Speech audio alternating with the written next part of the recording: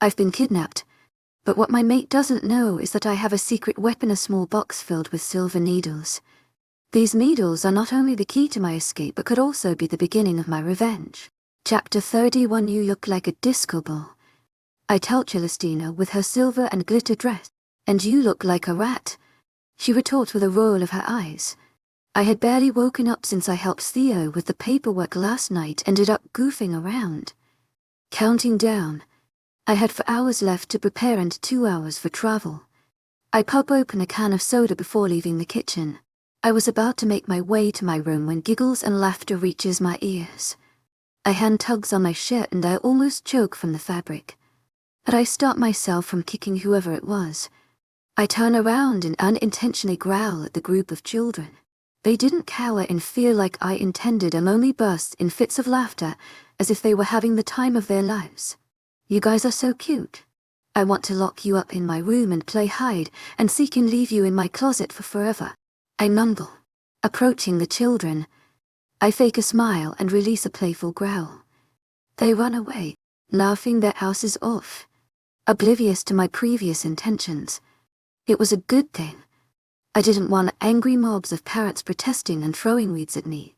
I fixed my shirt and soon I was inside the walls of our room. Theo quickly did my hair, leaving it in loose curls and a simple half-up tone. I was gonna go through the lazier end and just straighten my hair when Theo volunteered. It was a brother thing. I was just glad his styling skills wasn't as bad as his cooking. To complete the finishing touches, he secures the 2 strands of hair together with a rose gold flower clip. Whatever happens, make sure you don't lose it. You promise, he makes sure to add. I give him a nod and beam at him. Promise. Thank you, Theo. He gives me one last smile before leaving the room to do some office work. His own outfit hanging off one arm. About an hour and a half later, I was finished with my makeup and I quickly slipped into the dress as carefully as I could. The dress accentuated my waist just how I liked it. I sure was happy when the dress didn't feel itchy against my sensitive skin. Theo, I yell at him through the mind link. What? Come here. I whine to him, grabbing a red rose from the vase. I swiftly sit on the edge of the bed with my legs crossed over each other, making sure the stem didn't have any thorns. I place the rose between my teeth. Why do I have the feeling that I'm about to see some lewd strip show? I ignore him and sooner than later, his footsteps and captivating scent enters my senses. Speedily, I place the back of my hand and arch my back dramatically. I hold back a laugh when the door opens and the footsteps stopped. There was a moment of silence, not even a single breath. Oh my God, my eyes are experiencing extreme overheating and great damage. I have committed a grave sin and must seek for my beautiful Talia for indulgence. Goodbye, Mason runs before scrambling out of the doorway. I bat my lashes at Theo, who continues to button the buttons of his vest, his tuxedo jacket over his shoulder. My eyes didn't dare miss how his muscles flexed when he started rolling up his sleeves. I patiently wait until he was finished and he finally acknowledges my existence. He leans towards me with his arms crossed. Hi, beautiful. You look like my next wife. And you look like my ex-husband. You're so sweet. He chuckles and places a kiss on the top of my head. You look gorgeous as always. You're not too bad yourself, I retort. There was a short laugh before he responded. You do have a thing for stealing my lines. No, I don't. I smirk at him. I just have a thing for you. There was an immediate buzz and chatter upon our arrival. Apparently, it was the first of many years that the Crimson Royal Pack has joined the celebration, and I was struggling to believe that there was a new Luna. Cute. Gatherings are boring and are just plain out dull, especially when Felix wasn't here for me to bother. Trouble, however, will give it a little bit more taste. So I was about to barge into the council's VIP lounge and have a peaceful chat with them when a mob of zombie girls rushed to Theo the moment I left his side. He crosses his arms and keeps his lips tied shut, looking everywhere but the hungry piranhas in front of him. It's nice having you here today. One girl starts off with a sultry voice. She wore a stunning satin, her light brown hair was up in an elaborate updo. However, She was too close to Theo for my liking. I must say that you're quite the dashing young man. I resist the urge to stomp to her and slap her like a madman. But instead I saunter towards her with an innocent smile on my face. Babe, your face is a fucking mess. I join them. Hungry eyes snap to me. Did I ask? The girl who was first talking to Theo speaks up. Was I talking to you? I tilt my head at her and fake a frown. I march to Theo and pretend to fix his hair and the collar of his shirt. Ignorant to the thirsty zombies that was trying to eat him up previously. He beams at me and his muscles relax as if I was giving him a fucking therapeutic massage. I keep pretending to clean up his look and wait for the sound of leaving footsteps. Soon, there was an angry grumble before heels clacking at my hearing senses. Should I be offended? Theo questions me, wrapping an arm around my waist. Not at all. I let him guide me around the huge space filled with hundreds of wolves who were all too suspicious of each other. Do you see that guy? The one with the shiny head? Theo asks and nudges his head to the direction of the person. He was tall, but fit. His hands held another woman's hands. I eyed the bald man who seems to be in his mid-50s. His brows were furrowed and a sheen of sweat graces his forehead. The man looks scared. I tell Theo. My gaze seems to travel on its own and land upon another lady from another side of the room, who ogled the bald man's back with the most intellect I've ever seen. He should be, Theo says, amusement in his voice. He's a cheater. Caught him and that lady shooting lasers at him red-handed at one of our packed guest rooms a few months ago. His wife is completely blinded by roses and luxury bags. I hum and lean my head on his shoulder, waiting for my cue to shine. That box in his back pocket. I bet you 20 it's not for the unlucky lady in front of him. Theo mentions. Getting the message. The corners of my lips form into a mischievous smile. When a waiter walks by us, Theo grabs a glass of wine from the tray and plays with it gently, watching the ripples. I bet you 20 neither of those two unlucky ladies will even have a chance of seeing it. I respond. Pull away from me. I watch as Theo approaches the couple, his smile lifting into a smirk when he took a sip of the wine. Keeping my eye on them as they greeted each other, I analyze their hand gestures and $1 million smiles. I raise a brow when they broke out in laughter, and I didn't dare miss the side glance Theo gave me, his grey orbs lit with mischief. Taking it as my signal, I keep my eyes trained away from them in a nonchalant way as I walk past them, sipping the jewelry box swiftly out of his pockets. I Theo apologized to the bald man for spilling the contents of his wine on him. Good luck with that, my love.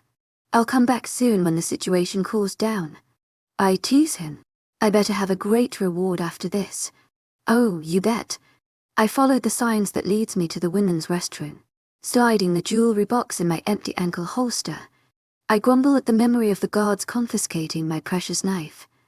To my agent extraordinaire, Madeleine Lilben, heartfelt thanks for your unfailing pre-shoots enthusiasm.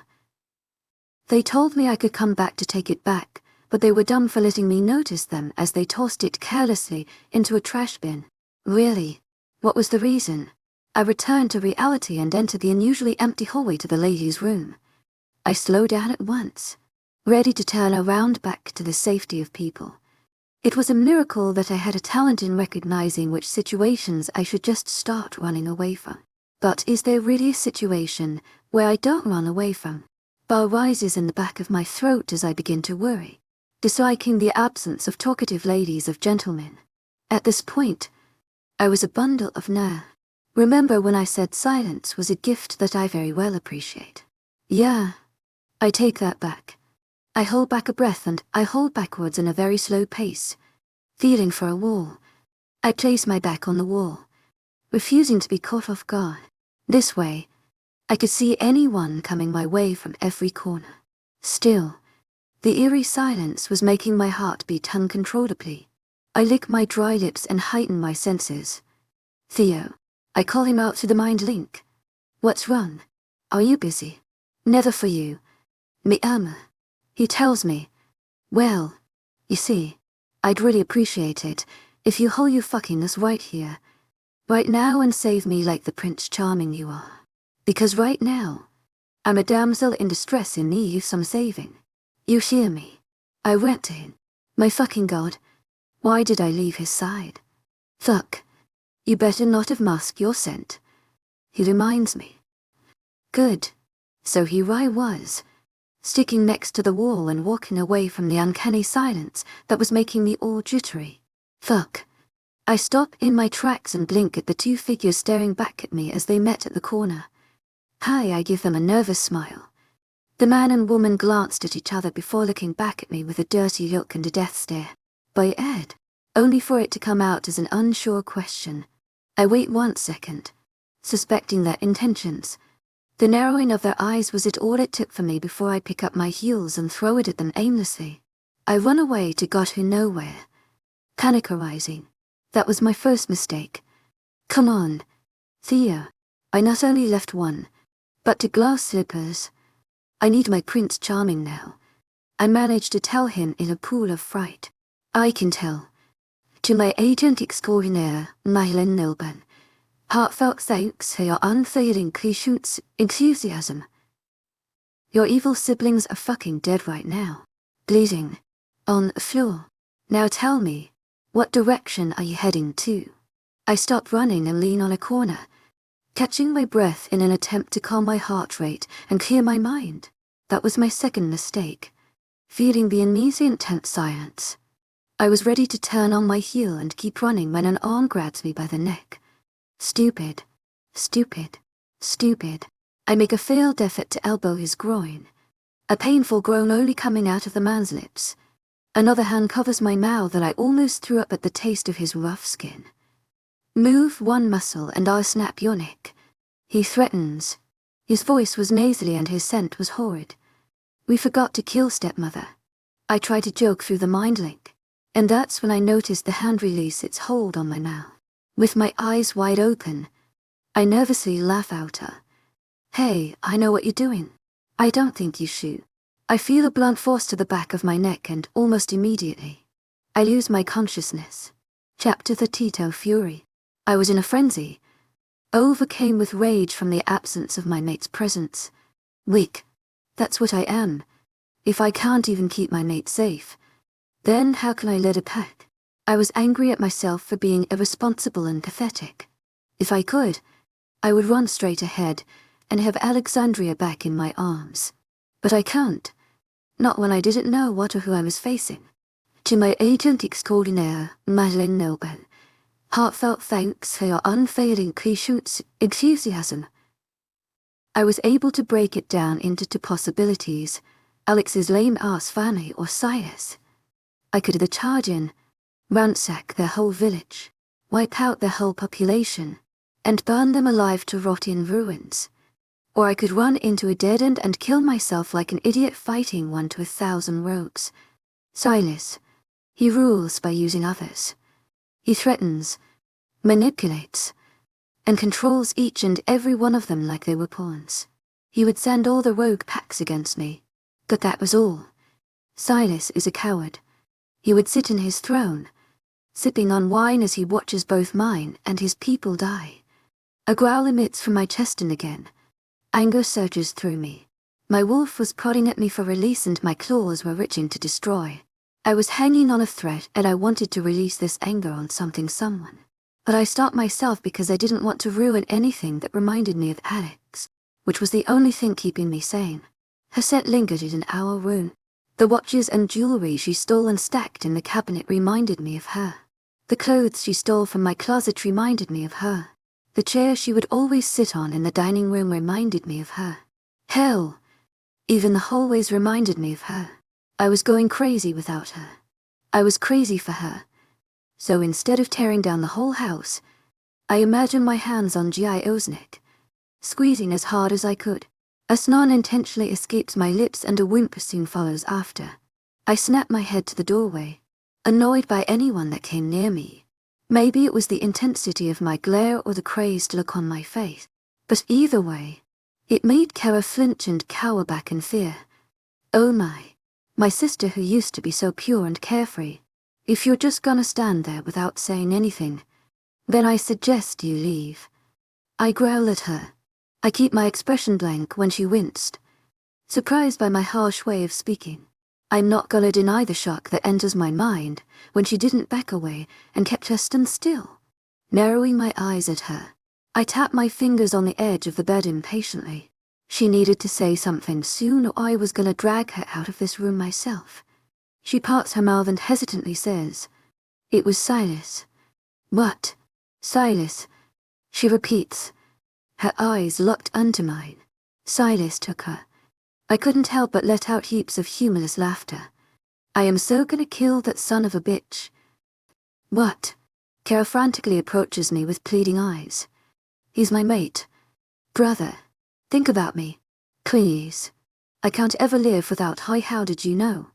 I question her, exasperated. "It was that rogue, wasn't it? The rogue who left you pregnant. You've been meeting with him since forever, haven't you?" "What are you talking about?" She screams at me.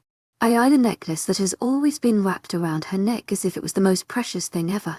I knew who it was from, that rogue. I remember feeling hurt. I was jealous that no matter how hard I tried, she never cared about me. I would buy her jewelry, wishing she would one day wear them. But instead, she wore that very same necklace every single day. My gifts and actions were meaningless, but I tolerated it, even though I so badly wanted to rip off that stupid necklace off her neck. Too bad, because right now, I've never felt more of an intense urge to destroy that pendant she always fidgeted with when she was nervous. I've always wanted to be that person, the one who she would come running to for a comforting hug or for consolation. I guess I just wasn't enough for her. It's disgusting, I tell her with a resolute tone. Her brows furrow and a frown forms in her face. "It's disgusting how you're screaming at me to stop myself from killing your mate like you care about him, and at the same time, you're thinking about another man, seeking for his comfort." I stop myself from consoling my sister and her eyes start watering, holding back a sob. "You're a jerk," she spits out. "Oh, so I'm the jerk. You know when I know something even crazier." I laugh out. I don't wait for a reply and continue. "That you're not even concerned about your own brother's safety." She recoils as if I shoot an arrow to her heart. "And so are all. We all know the reason Silas took my mate is because he's not satisfied. Let him kill that rogue. Then it'll all end. These men aren't toys. To my agent extraordinaire, Madeleine Noble, heartfelt thanks for your unfailing patience, enthusiasm. You're playing with fire. Pick one or none." I snarl at her. Silas was seeking for revenge, and the only way he believes he could do it is by making my mind spin in turmoil through my mate. If he couldn't get his hands on that rogue, then he'd release his anger on the people closest to Kara. Kara thinks for a long second before she looks straight into my eyes and lets out a resolute no. I smirk at her and say, "If you can't choose, then I'll help you myself." "What do you mean?" She exasperates. "I'll kill Silas with my own hands if Alex hasn't done the job herself." "Fuck you." I growl at her. "Get out. You're a horrible brother." She screams at me at the very top of her lungs. I felt my heart sting very slightly, taking offense, but I brush it off aside, my anger consuming me. Newsflash. To my agent extraordinaire, Madeleine Noble, heartfelt thanks for your unfailing patience, enthusiasm. You're a horrible sister too. Now, get the fuck out. Our gazes lock for a second before she walks out of the room and ends our conversation. I run a hand through my hair, frustrated. Too many emotions was consuming me, and I didn't know if I can keep myself in check for any longer. A knock disrupts me from the corruptive thoughts that filled my mind. I give Felix a quick glance before returning to glaring at a wall. I feel the bed dip beside the spot I was sitting on. The hair clip. I begin. It has a tracker in case something happened. I know where she is. I know who I'm against. Now all I need is an army. Then get an army. To my agent extraordinaire, Madeleine Noble, heartfelt thanks for your unfailing patience, enthusiasm. I question him in disbelief. You know I can't. They won't help me. They won't allow themselves to walk straight into a trap. I won't let hundreds of my own pack die like I did in the past. Do you seriously still blame yourself for that stupid bullshit? Felix asks me sternly. And that's when I let myself crumble in front of him. My shoulders sag and I keep my eyes down to the floor. To my agent extraordinaire, Madeleine Nelben, heartfelt thanks for your unfailing patience, enthusiasm. Of course I do. It's my fault. I respond, feeling defeated. Give me 2 minutes. Just 2 minutes to talk. Listen to me. I keep my mouth shut and let silence become my reply. He begins.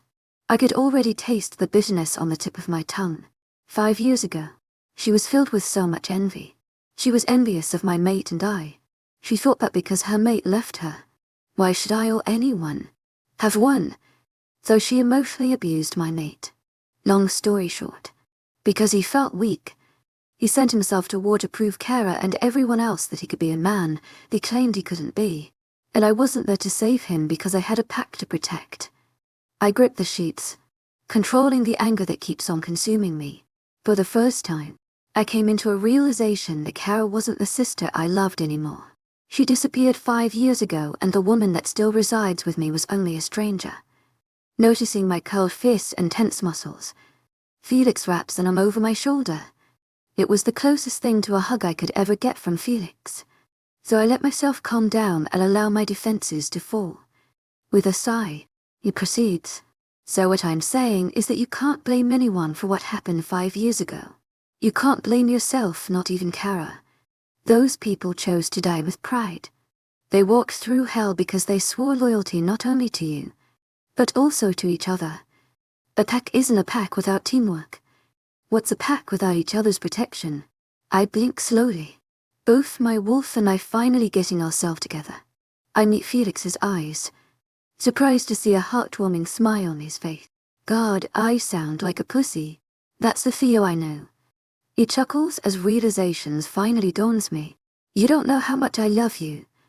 Man, I smirk at him, wanting to see his reaction. He drops the smile and returns to his usual angry, looking expression. I feel like you forget I'm gay sometimes. He grumbles, standing on top of the platform. I eye my people. I admit it. I was scared. I was scared that they'd refuse to help me. But I understood. I watched parents hug their children, cooing and choosing them. I watched couples lean on each other, looking up at me patiently. I watch as others stand by themselves, their stature still and tall. I watch as my warriors look up to me, their chests up and filled with pride. I appreciated and loved every single one of them. Crossing my arms, I clear my throat before speaking. My mate, Silas, took her away from me from us. Right now, your Luna is being held captive and she needs our help. I have her whereabouts and all I need is an army in order to have her back in our pack. I'm not gonna force you to help. So I'm gonna ask every one of you to aid me in this mission, anyone.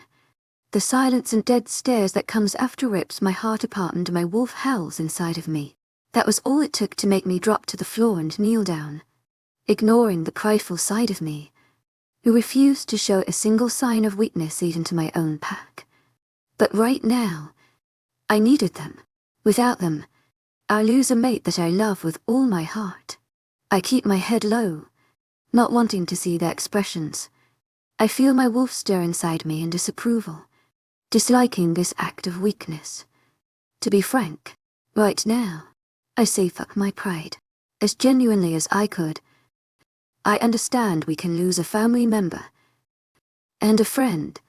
As the alpha, I understand that you all want to keep each other away from harm and have sworn to protect each other, no matter who. But I also have a mate and a Luna to look after. So please, even though some of you have lost respect for me, you still have a Luna you have sworn loyalty to. Hell, she didn't even have an opportunity to lead the pack and share memories with each of you. Please, help me and give the both of us a chance to become the alpha and Luna you all deserve. And I'm gonna beg and ask you all a favor one last time. Is there anyone who is willing to help me save the only woman I'd ever loved that much? I keep my eyes trained onto the floor, painfully waiting for a response. With every noiseless second, my heart clenched and my hope began to trickle away. And that's when I hear it. The sound of knees dropping the floor, swearing loyalty to me. For the first time, I look up. The painting I saw in front of me made my heart burst with spontaneous waves of happiness. I let a wide smile enter my face and I close my eyes to enjoy the moment as relief washes over me. Each and every one of them kneeled down, bowing to me to show their allegiance. You could have waited another second. To my agent extraordinaire, Madeleine Nilban, heartfelt thanks for your unfailing patience, enthusiasm. But I guess this is fine. Too, one of my warriors speaks up. His mother smacks him on the head and laughter erupts from the room. Chatter buzzes afterwards. People showing off that they kneeled before another did. I lift myself up and look at my leaders, who I trusted very much. I'm going, whether you like it or not. Felix grumbles. No, you're not. I tell him. My eyes narrowed. Those who stay children, single parents, and others need someone to protect and lead them in case. That's why Emilio and Scarlett is staying in my place. Felix informs me with a resolute tone. They nod beside him as confirmation. I couldn't save my mate, but right now, I have the ability to save another's mate and my friend. Alex and I might have bad blood, but she probably stole half the items inside my room.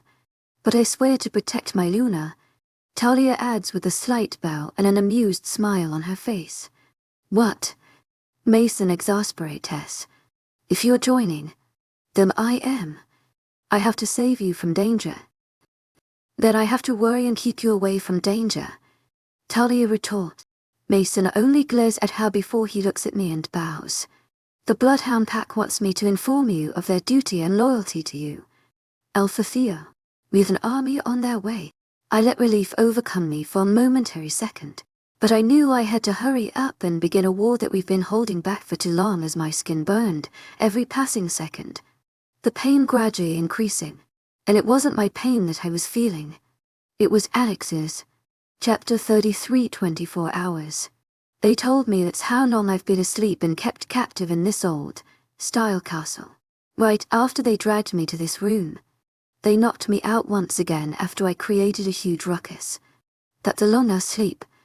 However, I was more than happy that they locked me up in this spacious room with a comfy bed and a bathroom instead of a cell with a rotten stench. Wow, I'm so privileged. I rip off the ivy and hiss when I felt the tape pull on my skin. Stepping off the bed, I struggled to hold myself up. Feeling drowsy and my mind was completely blank, blinking away the fatigue. My eyes dart all over the vast room, searching for any way to escape. No windows. I grumble after examining the bathroom. I plop myself on the edge of the bed and massage my temples, my head aching. I felt like I was being drugged. The image of Theo's annoying, yet charming face enters my thought. I wanted to be in his arms, hugging the shit out of him, and teasing him. Theo. I try even though I already knew I wouldn't be able to mind-link anyone. Despite knowing this, I couldn't help but frown at the lack of response. Think. To my agent extraordinaire, Madeleine Nilban, heartfelt thanks for your unfailing patience, enthusiasm. Who would have done this? Trying to recall my memory, I was brought back to reality by a painful throb in my head. I kick away the heels off my feet and finally acknowledge the holster that was wrapped around my ankle. Disgusting blisters appear on my skin. Grabbing the small, rectangular jewelry box out of its confinement, curiosity got the better of me and I painstakingly opened the box. Oh, I breath out. I lift an amused brow and scoff. Wow, no expensive necklaces this time. It was even better.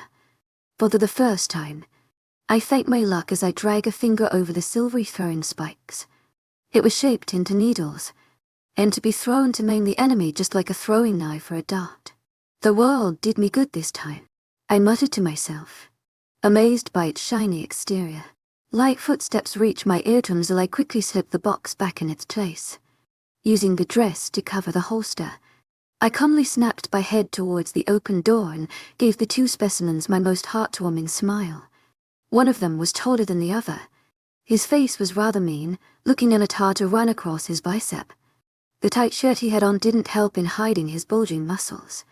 The other person next to him appeared more frail and was clearly shorter. They shared the same features. But I shouldn't be underestimating these people. Care to share the reason of your presence here? Gentlemen, I questioned them with the sweetest voice I could muster. After a prolonged eye contact, the shorter guy nudges his companion. Edward, I think we got the wrong room. There's only one room in this wing. You moron. He scolds him. Before I knew it, he tosses a shirt and basketball shorts on my face, which fell on my lap. I really appreciate it. I voice out, keeping my cool. You should be. There's a lot more things you need to thank us for. Later. You're one lucky woman. The guy named Edward Mock. A www I coo. Grabbing the ivy pole and kicking it down. I continue. I ignore how much weaker my arms felt and how much power I had to exert. Should I thank you for the wolfsbane? To actually. He corrects me with a smug smile. It's wolfsbane and silver. Even better. I smirk and lean on my palm. The man narrows his eyes at me suspiciously and I keep my smile on my face. However, the other man next to him looks at me with an innocent frown on his face. To my agent extraordinaire, Madeleine Nolben, heartfelt thanks for your unfailing patience, enthusiasm. Edward huffs out and nods his head to the bathroom. At least he has some decency. After I changed, I placed the dress on one arm, using it as a cover-up. I hold the holster beneath the hued fabric and the throwing spikes between my palms.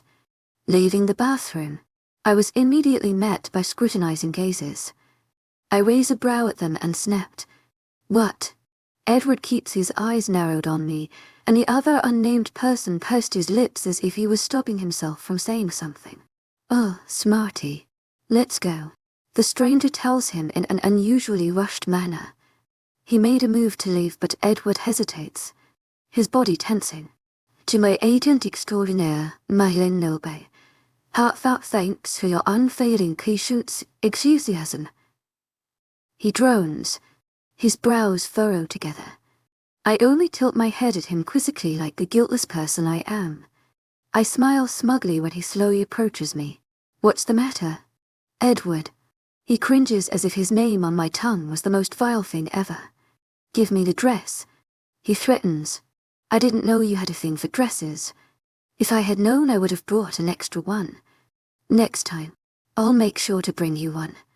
I ridicule. He didn't take it very lightly.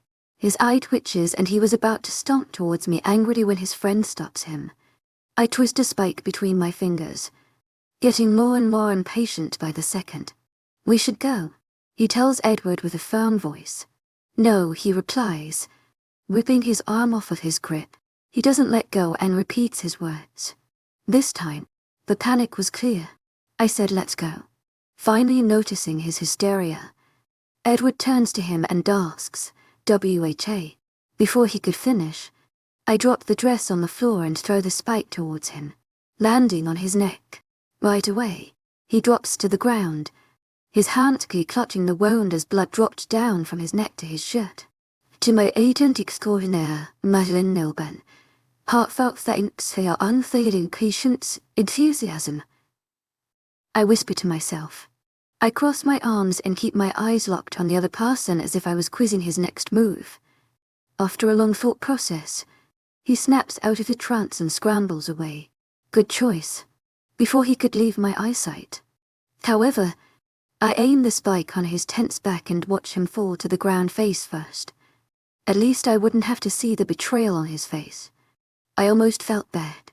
Keyword almost. Leaning down, I glare at the convulsing body in front of me. Edward returns the glare even as he groaned and hissed through the pain. Sorry. To my agent extraordinaire, Madeleine Nolben, heartfelt thanks for your unfailing patience, enthusiasm. I coo. He didn't respond well to the nickname and growls at me. I don't think there's gonna be a next time. Leaving the man behind me whose wolf was fading to heal him. I glance at the remaining spikes. Now this is what you call a proper gift. I make sure not to step over the other friend as I passed by his unmoving body. Glancing from side to side, I move from one direction to another after calling it safe. However, the castle was too big for me to find my way out, and the pounding headache was not helping me at all. The wolfsbane was making the human side of me weaker by the minute, and I needed to leave this confine soon. If not, then this'll be one big mess. Keeping a hand on the walls to stabilize my body, I forced my legs to keep on moving. The silence was starting to scare me, and the lack of presence was making me nervous rather than safe. Shouldn't there be people guarding me right now? After half an hour of searching for an exit, I was starting to get irritated. It was an infinite maze of walls and empty hallways. I was beginning to fret, and worry consumes me. That was until I was facing a window and a huge double-door change of setting. After contemplating, I forced the window latch open and looked down. My eyes bulged out from the tall height. This had to be at least 6 floors, if not more. I was no way in hell gonna rip my skull open and risk damaging my face. I have a Prince Charming to get to. I skinned the double doors next to me up and down. Its elaborate design and uncanny cleanliness was making me feel dubious than I should be. How can a door even look this pretty? Unlike the old design of the furniture and walls behind me, the door was rather modern and new. Deciding that I didn't have any other way, I placed a hesitant hand on the sparkling gold handles. It looks so extravagant. It's driving my nerves crazy. I gulped the bile down my throat and slowly pushed the doors open. Yeah, I kind of regret doing that. I watch, my mouth agape, as a man stares back at me. His eyes were a striking bright blue, and his dirty blonde hair was slicked back. To my agent extraordinaire, Madeleine Nilban, heartfelt thanks for your unfailing patience, enthusiasm. Slightly crooked nose graces his tanned skin and chiseled jawline. Sitting on what appears to be a throne, he scratches his stubble and looks right at me. Rogue King.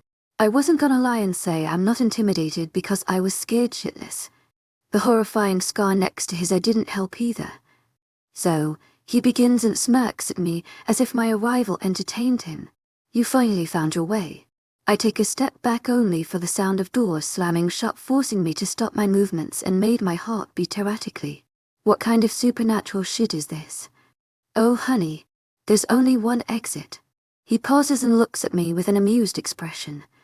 And that's through me, disregarding the increasingly painful throbs in my head. I use all my power to recall his name. When I did, I tried to mirror his smirk and ask, Silas, isn't it? As if he couldn't look even more smug and arrogant. The corners of his lips dug upwards even more, and he looks at me mockingly. A movement to his right distracts me, and what I saw made me scoff in disbelief. Well, will you look at that? I taunt, suddenly feeling bitter rather than panicky. If it isn't the best and only Ian in the entire world. Chapter 3. Typhur. Tie her up.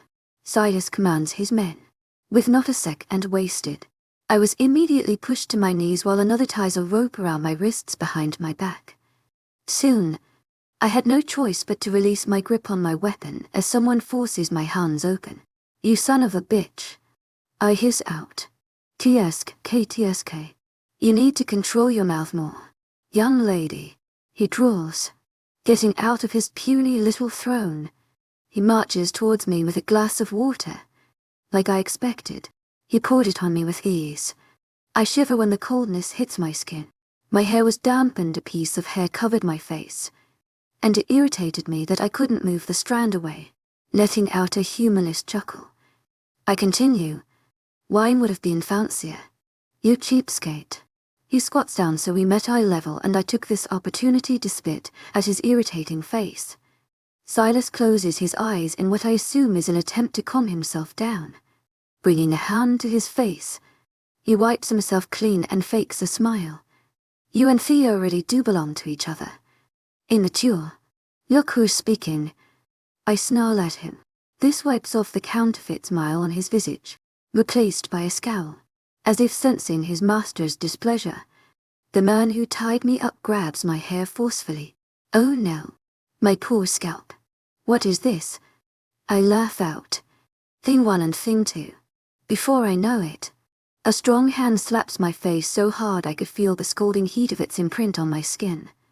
I scoff. Is that all you've got? Old man? No, he responds. I glare at his amused expression.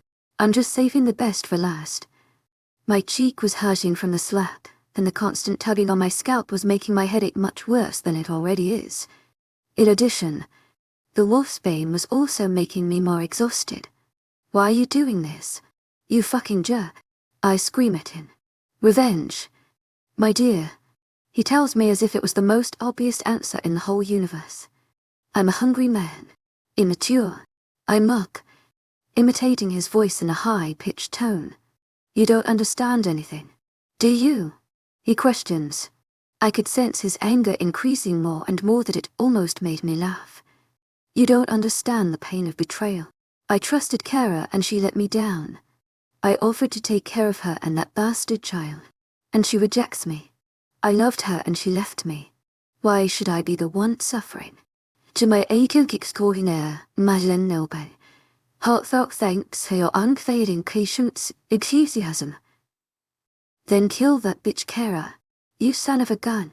I scream at him, exasperated. What do I have to do with this bullshit? You see, as hypocritical as it sounds, I would never lay a finger on my mate. The mate bond won't allow me, and I won't let myself do so either. I loved her then, and I still love her now. Too bad? Us together is just plain toxic. He voices out. Aid chuckle follows right after. That's so fucking cute. It makes me sick. I spit out.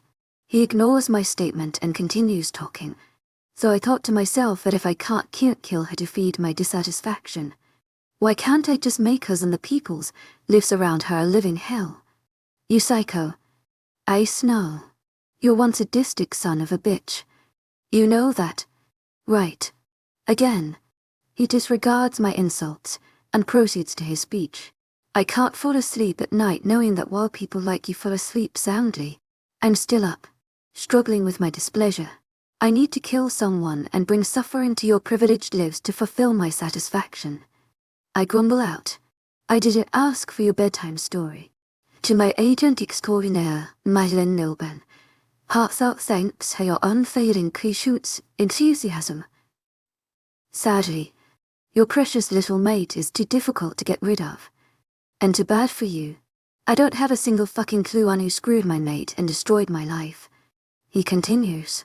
By now, his smirk was long gone and a scowl painted his face, his eyes twinkling with malicious intent. If I can't kill him, why can't I just kill you instead?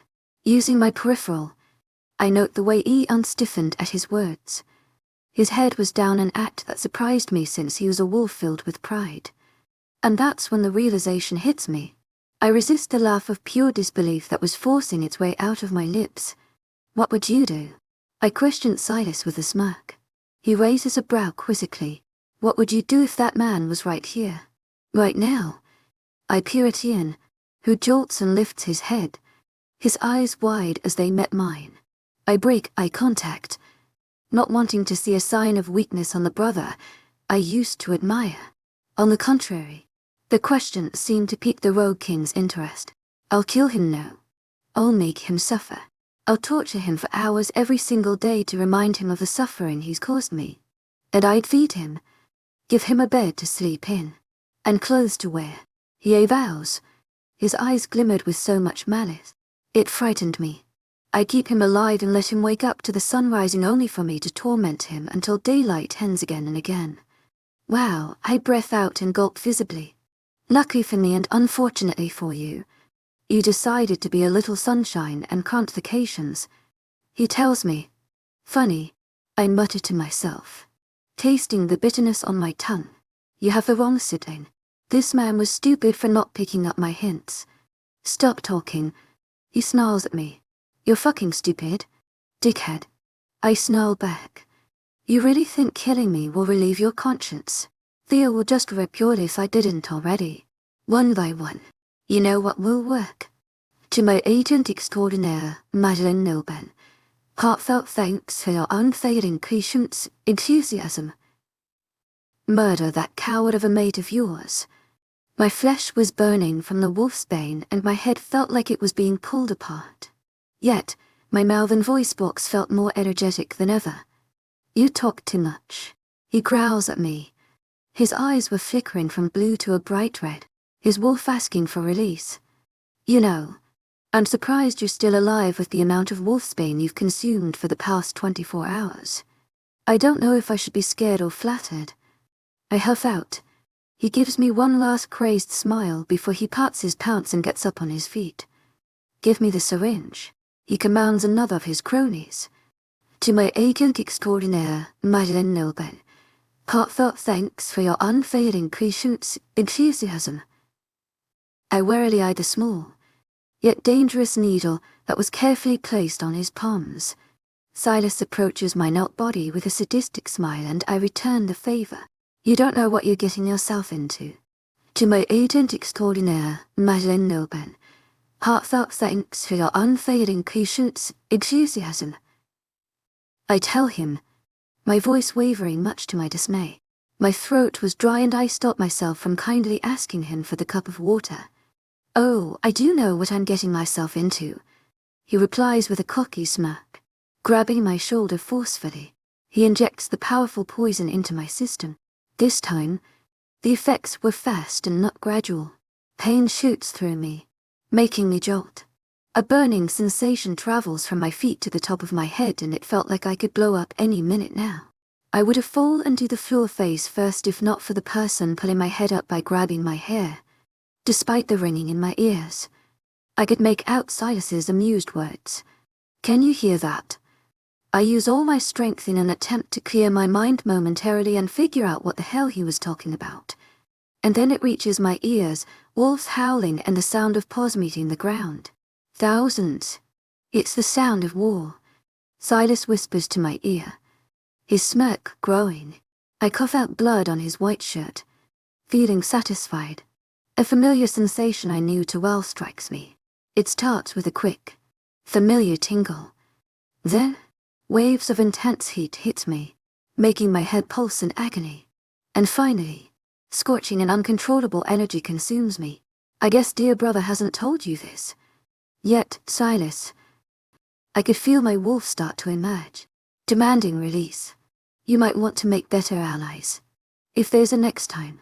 That is. The only response I received was an unsure but curious glare. Wolfsbane might make me weak, but it makes my wolf insane. To my agent extraordinaire, Madeleine Nilben, heartfelt thanks for your unfailing patience, enthusiasm. And that's when I let my wolf take over and lunge towards the man who has completely lost his mind. Chapter 35.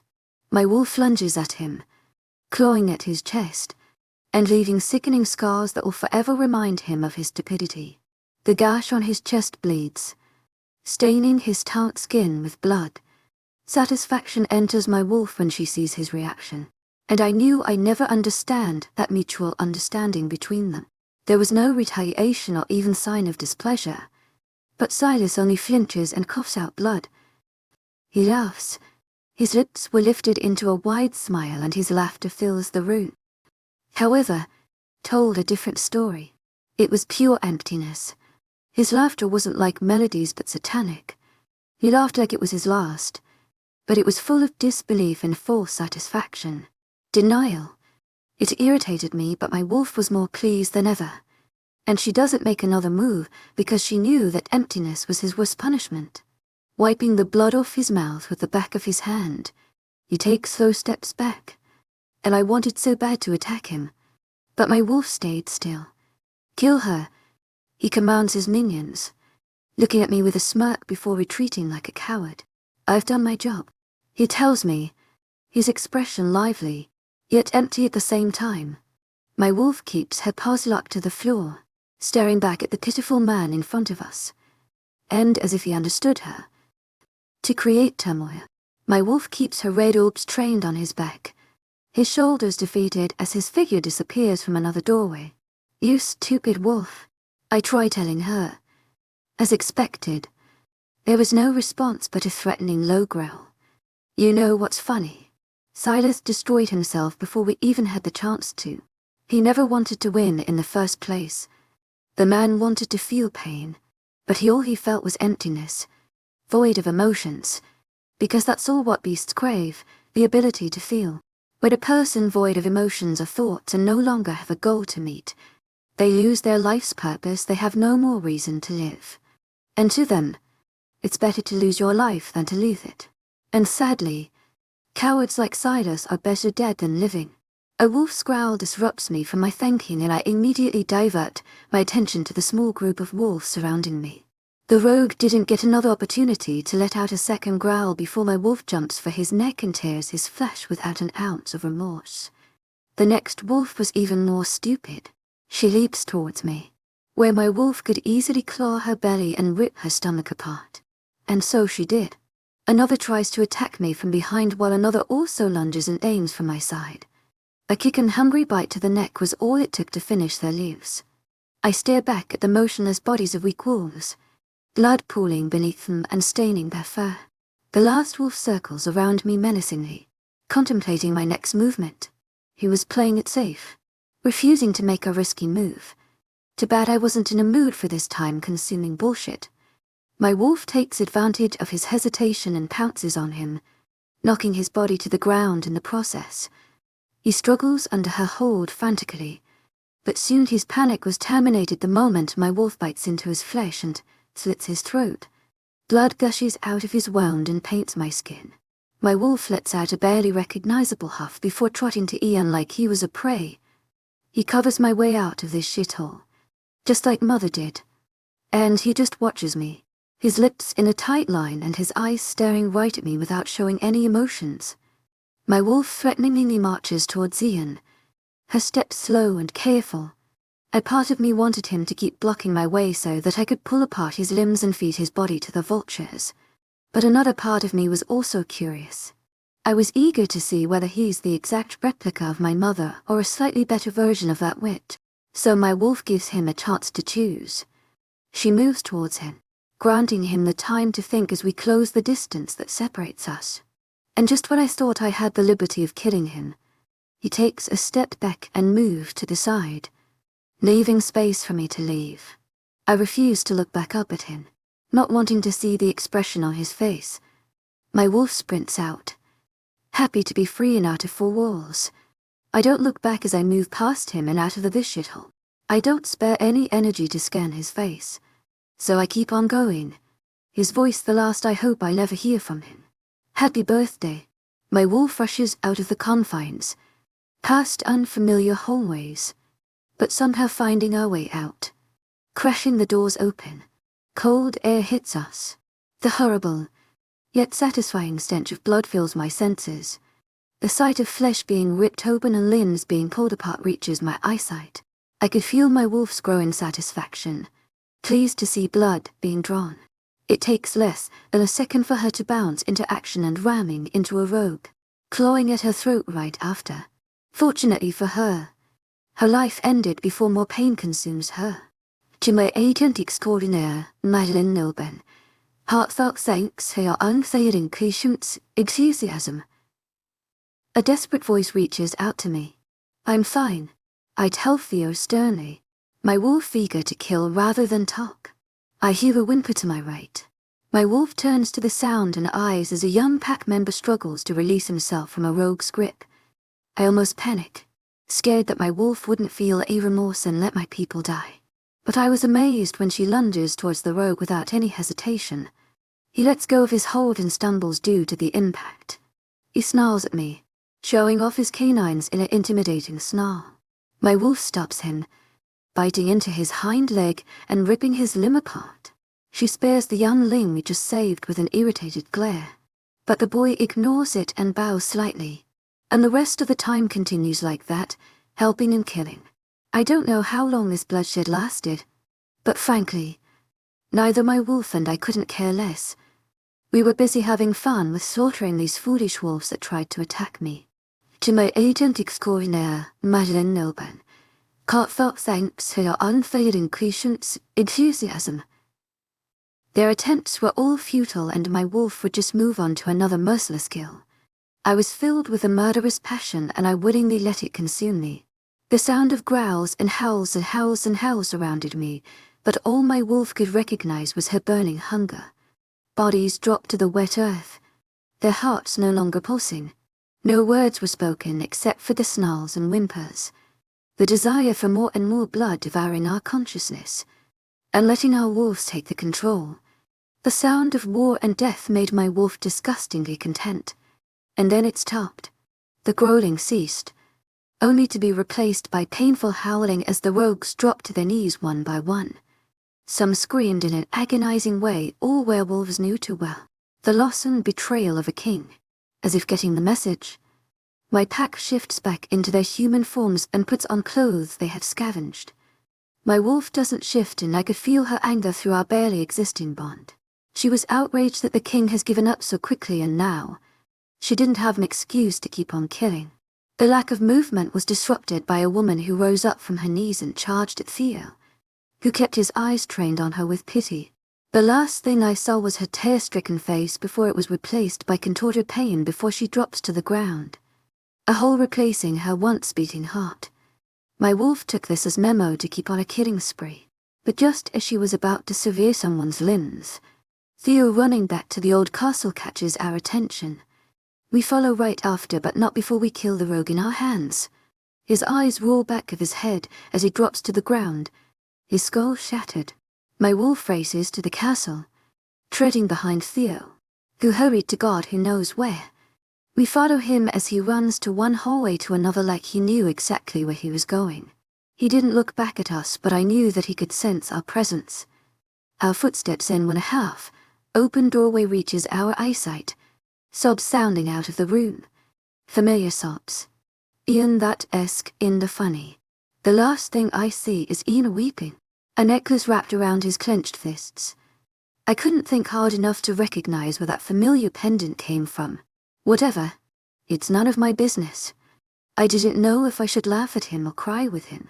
Either way, I didn't have a chance to respond before Theo turns to me, finally acknowledging my wonderful presence. He squats down so that he meets my wolf's eyes. My heart shatters when I see his lips tremble and his eyes fill with unshed tears. Confusion and a despair strikes me. Noticing our mate's grief, she rubs her head under Theo's chin, who begins to rub our fur. Kara's gone, he tells me under his breath, his breathing labored and shallow.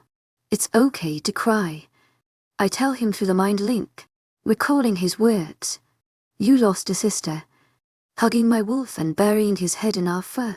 He tells me quietly, how can I lose a sister I never had? Epilogue 12 months later. I place my head on Theo's lap as we watch The Edge of 17. Keeping my eyes trained on the screen, I let him play with my hair. Everything was good until he started playing with it too much. He was tugging it and tangling it with such a burning passion that I could feel my hair detach from my scalp and my soul leave my body. I grab his hand and push it away from my head, mad that he had disrupted my crying session. I like movies that make me cry. Just when I thought I was free from Theo's wrath, he throws his hands back in my hair and continues to play with it. If the movie couldn't make me cry, Theo definitely will. You're messing up my fucking hair. Theo. I threaten him. I furrow my brows and frown, no longer able to concentrate on the movie. He chuckles and I knew what was going to come out of his foul mouth. It was already messed up in the first place. What do you want? I groan. To my agent extraordinaire, Marianne Nilban. Heartfelt thanks for your unfailing patience, enthusiasm. He tells me smugly, his overconfident oozing out of him, and although I was the Leo in this relationship, I grumble to myself, asking for more and more attention. I feel his fingers on my stomach and try to tickle me. Keyword, try. I look at Theo with a raised brow and laugh out when I see the frown on his face. Well, this is anticlimactic. He huffs before looking at me angrily. I couldn't turn to him. Who hurt you? He teases back and attacks me with kisses. I shield myself from him and laugh when he keeps launching smooches at me. I freaking hate you. I tell him jokingly between fits of laughter. I love you. Too, he laughs out before grabbing a pillow and hitting my head. Oh no. My poor non-existent brain cells. Theo. You jerk. I raise my head off his lap and grab another pillow, mirroring his actions. And the pillow fight lasted for what felt like hours before we both surrender and catch our breaths. An arm pulls me to his chest so that he was spooning me, burying his head to the crook of my neck and giving me a quick peck. He whispers, I love you.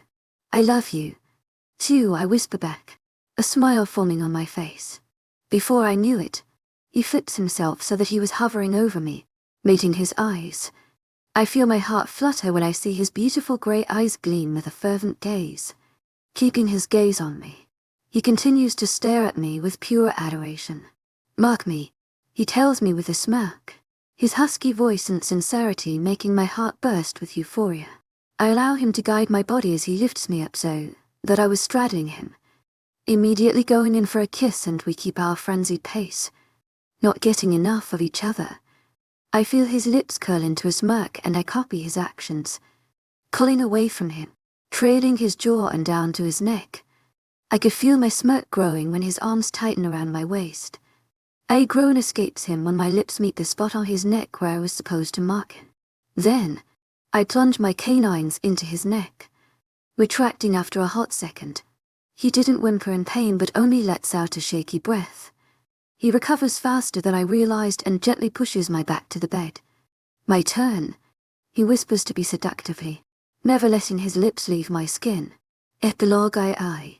100 trillion years later, Nikolai whisper, shout to the little boy. I grab his arm and hide him in the bush with me. He frowns at me, perplexed by my unpacked appearance. What are we doing here? He questions me innocently. Hiding from your dad. I answer him in a muted tone as I watch my pack train fervently, feeling his grey orb shooting lasers at me. I frown at him suspiciously. Oh no. No. I went to him. I'm telling Dad. He huffs at me before crossing his arms, running out of my hold. I watch him run away and crash to Theo's back intentionally. He raises a brow at the little traitor, squatting down before lifting him up on his shoulders. Theo smiles at him with pure, unadulterated love. Our pack warriors pause and start fawning and releasing a bunch of AWS. I narrow my eyes at the two exact replica of each other and groan when the little devil points at my direction. Like father, like son, I grumble to myself and cross my arms. I gulp when Theo snaps his head to me and approaches me with an amused expression. I draw a heart at him with my finger and he only rolls his eyes, gently bouncing up and down the kid on his arms. Mommy is childish. Miko informs Theo like it was the smartest thing he's even said. Theo lowers himself and stands back up when Nico's feet touch the ground. The little devil runs to me and wraps an arm around my legs despite seeing my glare. I agree. Theo laughs out and I give him another cold glare. Mommy stopped growing when she was 10. Nico and Theo look at each other for a quick second before bursting into uncontrollable laughter. I only raise a brow at them, amused, finally noticing my displeasure. Nico jumps up and down, reaching for a hug. I bring him up and carry him to my waist. Right after, I feel Theo hug me from behind and sway the both of us back and forth. I'm so lucky to have all of you. Theo mutters and I feel a smile grow on my face. Oh, will you look at that? A family of 3 devils. Thank you for tuning in. If you enjoyed this episode of the story, please give it a like, and don't forget to subscribe to get notifications for updates.